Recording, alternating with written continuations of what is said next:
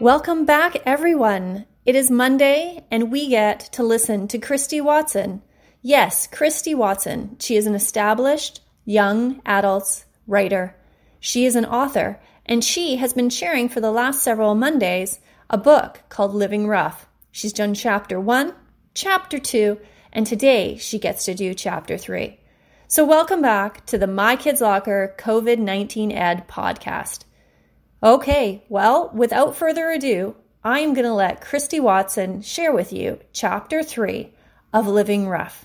Enjoy.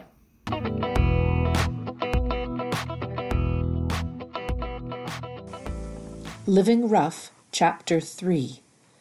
Mr. Brock asked us to turn to page 72. He opened a newspaper story on the computer and projected the image onto the screen. My palms were sweating, and the pages of my textbook stuck to my fingers. This was going to be tricky. A few kids were looking at me. Why are they staring? Do they know? Mr. Brock tapped my shoulder. I nearly jumped out of my seat. You're being paged, Edgar. One of your classmates can help you to catch up when you return. Geez, I hadn't even heard the announcement. I'm glad I didn't blurt anything out. As I moved down the hall, I wondered who I needed to thank for the getaway. For a moment, I considered returning to class to grab my books. Then I could bail on socials.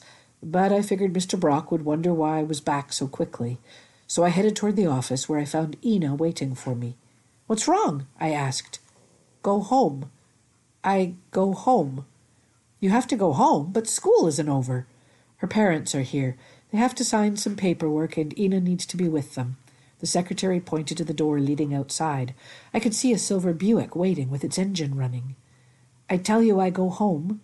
Thank you for today." Ina smiled. Her eyes danced like they were smiling too. I couldn't believe what I was thinking. Eyes dancing. Where did that come from? But her eyes had this warmth that drew you into them. It was almost hypnotic. "Can I see you tomorrow? I mean, can I help you tomorrow?" "Tomorrow? Here. Meet here?" she asked. "Yes, I will be here tomorrow." "Good luck," I said as she turned toward the door. I let out the breath I'd been holding as I watched her car pull away from the school. Mrs. Norris looked at me strangely. I realized my mouth was hanging open. My insides felt strange. I couldn't get the image of Ina's smile out of my mind. I never bothered with girls. Most of them were too busy with gossip to notice anyone but their little groupies. And the rest were so preoccupied with how they looked that I wouldn't be included in their busy schedule of self-adoration anyway. So why this girl? "Mr. Reed?" "Mr. Johnson," I answered as I turned to face his 6 feet of principalship. "Thank you for helping our new student today. I understand you were called down to speak with her again." Yes. She was picked up by her parents and wanted to let me know, so I wouldn't wait at her class." "Well, your help has been noted. I also wanted to make sure you're aware that if you ever need to talk with someone, Mrs. Bailey's always available." "Thanks." I love how he slid out of actually helping me. As principals go, he's not that bad. He was pretty cool earlier. But when it came to what a student was struggling with, well, he left that to the counselors. "You check in with Mrs. Bailey, okay?" He moved off in the direction of the gym, where I could hear a scuffle in the hallway. I wasn't worried that Mr. J knew what was really going on. He wasn't too good at noticing the signs. His comments were probably about the bullying he saw today. But still, I needed to take some extra precautions.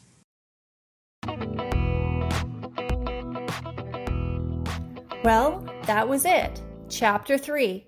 If you are interested in learning more about Cristy Watson, definitely check her out. She has a website, and she's also found on Goodreads. She has many different books, and if you are interested in learning more about her books and possibly maybe adding them to your home library or school library, definitely check her out on the internet. Well, thank you so much, Cristy Watson, for taking the time to share with us your chapters. It's always awesome to be able to connect with you, and we really appreciate all the work that you continue to do as an author, but also as an educator in the Langley School District in British Columbia, Canada. Well, until next time, I hope that you stay safe and well.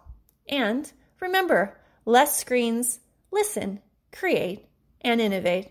This is Victoria Wolders, your COVID-19 Ed podcast host, signing off.